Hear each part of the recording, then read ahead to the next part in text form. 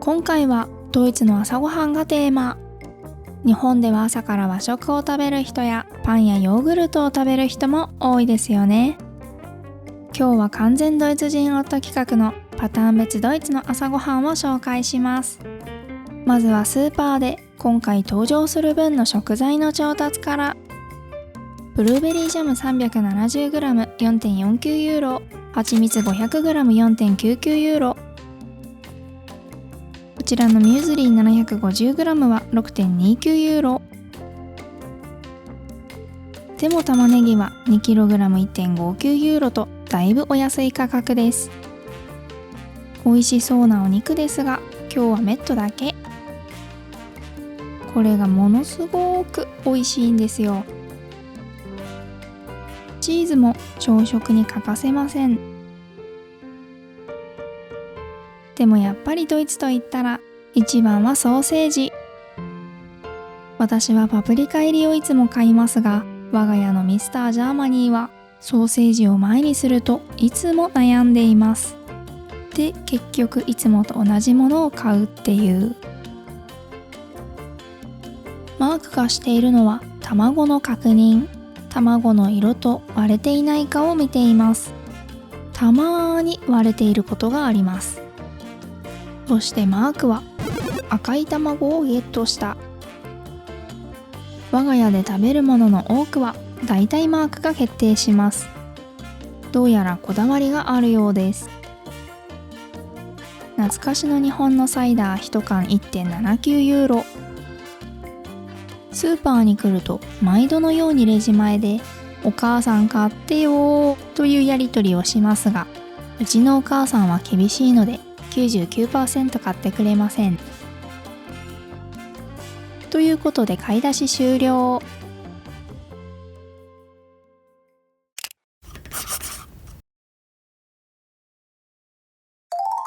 ドイツ人は朝よくメッツ、生の豚ひき肉を食べます。生の豚ひき肉を食べるって面白い文化ですよね。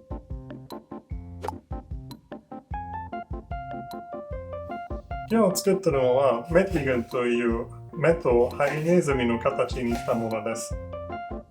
普通は誕生日パーティーや、会社のイベントになんか大勢の人にメットは提供したいけど、ちょっと可愛く飾りたい場合はそのメッティグンを作ります。少し昔ながらな感じがするドイツの文化だそうですが、マークがずっと作りたいねと話してくれていたので、これを機に皆さんへの紹介も兼ねてメッティゲルに挑戦することにしました。皆さんは本当に生の豚ひき肉を食べていいかを疑ってるかもしれないけど、実はドイツのTierische Lebensmittelhygieneverordnungという規則によって生の肉の扱いは厳しく管理されています。通常は購入したその日に食べきることが推奨されています。なのでメットは朝スーパーに行って購入する人が多いですね。もちろんたまに、例えば日曜日の朝ごはんで食べたい場合は、日曜日にはスーパーがやってないから、その場合はその前の土曜日の夜にスーパーに行ってその時買う。その場合は、私よく、店員さんに確認してから買います。ドイツはさ、スーパーもパン屋も朝7時からやってるから朝は結構充実してるよね。そうみんなは結構早く活躍してるな。活動で。真空パックに入ったメットは1日で消費する必要がないので、忙しい朝でも活躍します。マークの言い間違いが微妙にポジティブな言い回しになることが多くて、なんか元気が出るんですよね。ようやく完成。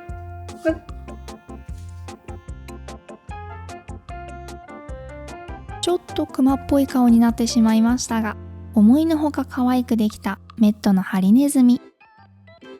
黒いオリーブを使って目や鼻を作ることが多いようですが、オリーブを使った料理をする予定が直近でなかったのでブラックペッパーを使いました。食べきれなかったら翌日焼いて食べようと思っていたんですが、食欲旺盛な2人はペロッとブルーチェン5個と 800g のメットを平らげてしまいました。ドイツ旅行でドイツを訪れるならパン屋さんで買うか、スーパーで提供されているもの、もしくはメットとパンを買って食べるのもありですね。すっごく美味しいので超おすすめです。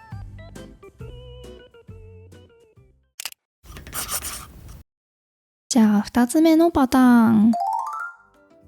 以前夜ご飯の動画でも紹介したラインナップとほとんど一緒なんですけど、実は朝ごはんでも同じようにチーズやソーセージを食べるんです。そう、朝でも夜でも食べて、かなり定番な組み合わせだね。ただ一つの違いがあって、夜ご飯にはブロードを使うことが多いけど、朝ごはんはこういうブレチェンを使う方が一般的かな。少なくとも僕の感覚ではそんな感じかな。もちろん朝ブロード食べる人も全然いますけどね。で、あとはメットに関しては、さっき出てきた白っぽい小麦のブローティアンの方が組み合わせとしては多いというか、私はほとんどそれしか見たことないかも。メットにはそれは定番かな。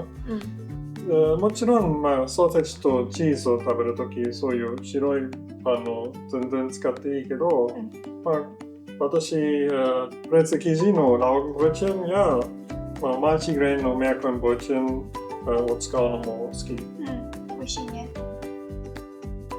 他の食材との兼ね合いで今回ソーセージやチーズは少ししか用意しませんでしたが、実際はあと数種類くらい食卓に並べる家庭が多いかと思います。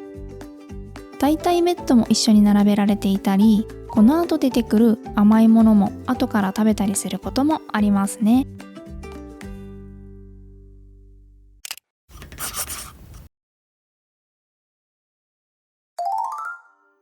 あと、ドイツの夜ご飯ともう一つの違うところは、朝ごはんではよく甘いものも食べるということ。定番のトッピングは、ジャムと蜂蜜。ブルーチェンにもいろんな種類があって、今回は甘いタイプのブルーチェンを用意しました。で、これがミルヒブルーチェンで、これはブリオッシュブルーチェンで、この2つはフランスブルーチェンです。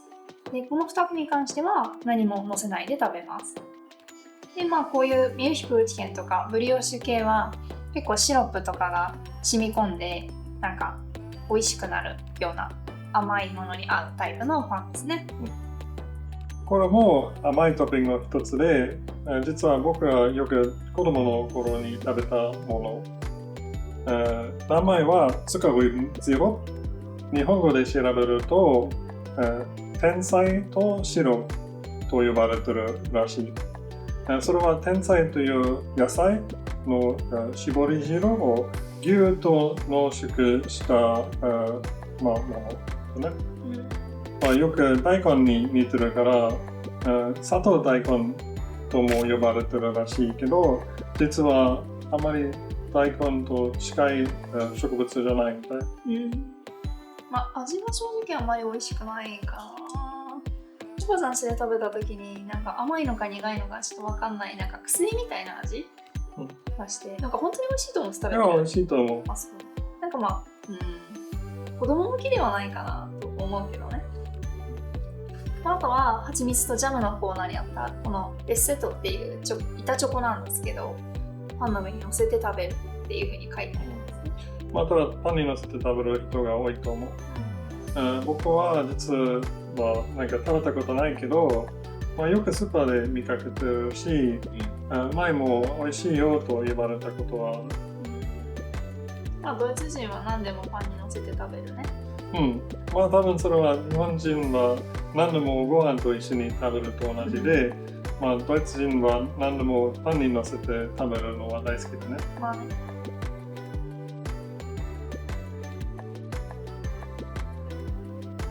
なんかものすごく久しぶりに食べると、なんかドイツ生活にちょっと慣れたからか、なんか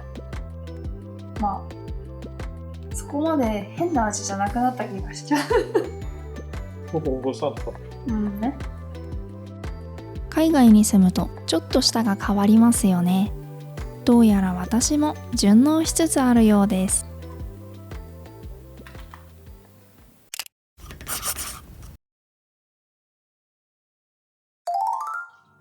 そして4パターン目は卵とトースト。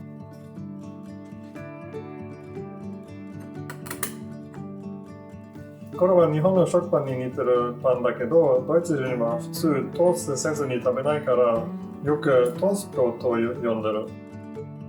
よく考えると日本の食パンっておかしな呼び方ですよね。パンは食すものなのに。でもドイツに来てからトーストはあまり食べないね。まあね、ちゃんとしたパンもあるからね。柔らかいパンが好きな人もいるよ。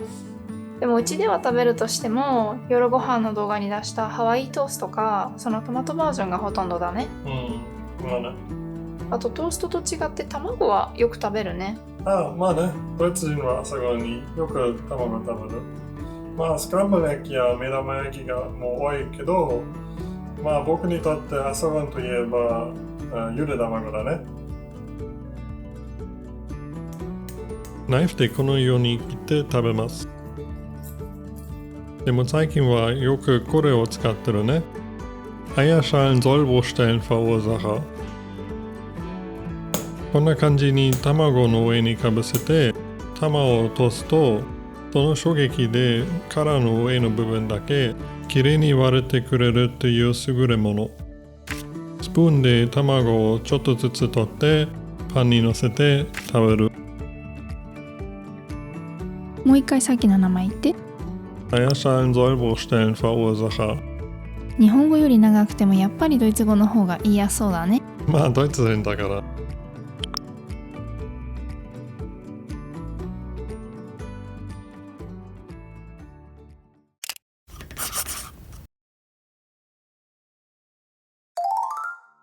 そしてラスト5パターン目。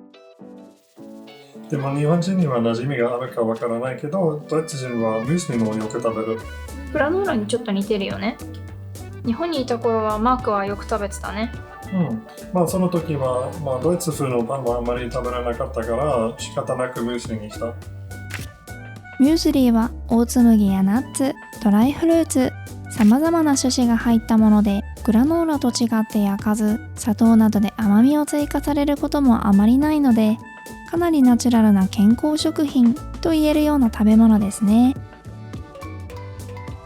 実際のところ、平日の朝は高タンパクなスキヤに、オーツなど自身でブレンドしたものや、ケフィやヤクルトなどの乳酸菌飲料が多いです。ドイツと関係ないんですけどね。ということで、また次の動画でお会いしましょう。チュース。